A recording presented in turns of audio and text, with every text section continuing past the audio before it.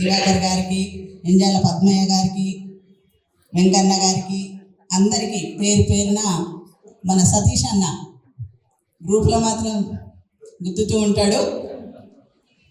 అలాగే ముత్యాల రాజశేఖర్ అన్న గారికి పేరు పేరున మీరు ఎవ్వరు కూడా ఏమీ అనుకోవద్దు. ఇది మన ఇల్లు, మన సోదరులు, మీ సోదరుమని. నేను ఈరోజు మేడ్చల్ మల్కాజ్గిరి మున్నూరు కాపు అధ్యక్షునిగా ఎన్నుకోబోతున్న కొత్త అధ్యక్షునికి కంగ్రాచులేషన్ తెలియజేస్తూ, ఈరోజు మేడ్చల్ జిల్లా అంటే ఒక ప్రత్యేకత. అది భారతదేశంలో కానివ్వండి, తెలంగాణలో కానివ్వండి, పెద్ద నియోజకవర్గం అనేది, పెద్ద జిల్లా అనేది మన మేడ్చల్ జిల్లా కాబట్టి, అందులో రాష్ట్ర అధ్యక్షుడి ఎన్నికలు అయిపోయినాక ఫస్ట్ ఎన్నికలు జరిగేది నేను నివసించే, నేనున్న,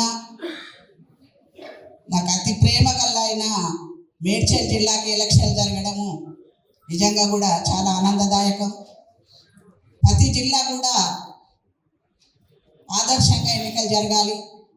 ఎంతో కష్టపడి కానీ మన మున్నూరు కాపులను ఎంతో ముందుకు తీసుకొద్దామని మన పెద్దలందరూ ప్రయత్నించిన కొంత లోపం జరుగుతుంది, లోటు జరుగుతుంది. అది మనందరికీ తెలిసిన విషయమే. సొంత ప్రయోజనాల కోసం, సొంత పబ్బం కోసం మనకు తప్పుడు తోవులు పట్టిస్తున్న మన కుల నాయకులకి విజ్ఞప్తి చేస్తున్నా, ఇకనైనా మీ సొంత అభిప్రాయం మారండి, మీ స్వార్థ బుద్ధులు మారండి, కులం కోసం పనిచేయండి. ఇంత దూరం నేను అప్సిగూడలో ఉంటా. కులం నాయకుడు అయితే ఏమీ రాదండి, బూడిదల పోసిన పన్నీరు. 3,000 పెట్టుకొని 3,000 అయితే ఇక్కడికి నేను రాగలిగిన. 2,000 పెట్రోలు, 1,500 డ్రైవర్. ఏమొస్తుంది? కులం కోసం పనిచేయాలనుకున్న ప్రతి నాయకుడు ఖచ్చితంగా ఎంత దూరమైనా పోయి పనిచేస్తాడు. ఆ పనిచేసే దాంట్లో లోటుపాట్లు ఎత్తుక్కుంటూ తెల్లారితే పొద్దు ఊపితే గ్రూపులలో మెసేజ్లు పెట్టుకొని మనల్ని కించపరుచుకుంటానన్న విషయం మాత్రం ఎవ్వరికీ తెలియట్లేదు. నేను ఒక ఆడబిడ్డగా చెప్తున్నా, మన రాష్ట్ర మున్నూరు కాపు సంఘం బాగుపడాలని అహోనియులు కష్టపడి ముందుకు తీసుకెళ్తున్న మన కుల నాయకులకి మనం చేతనైతే సాయం చేద్దాం, లేకపోతే మన పని చేసుకుందాం.